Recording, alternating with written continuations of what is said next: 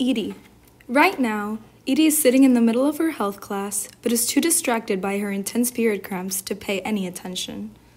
After class, Edie tells her friends that she is thinking of going home because she is too much in pain.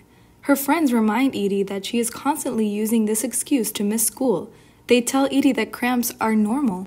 Once again, Edie tells her pediatrician about the constant cramps and heavy periods, but unsurprisingly, he dismisses her. And that's how it went. Medication after medication, doctor after doctor, Edie still feels unheard. So what's happening to Edie?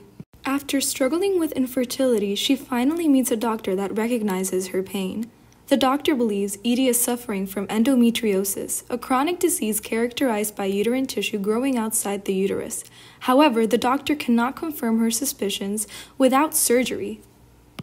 This is a story of 1 in 10 women, but it doesn't have to be. Let's change the narrative. This time, after class, Edie's friends are concerned about her pain. They mention that these symptoms sound similar to endometriosis, which they had just talked about in their health class. Edie sees an infographic in her pediatrician's office for endometriosis and remembers the support from her friends. Edie has a conversation about endometriosis with her pediatrician. Because of an earlier diagnosis, Edie was not only able to manage her symptoms, but she was also able to have children.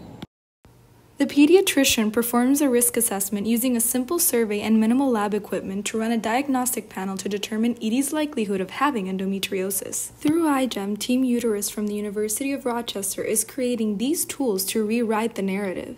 Many endometriosis patients don't feel heard, and we want them to know that we're listening. It's your uterus, and it's time to take it back from endometriosis.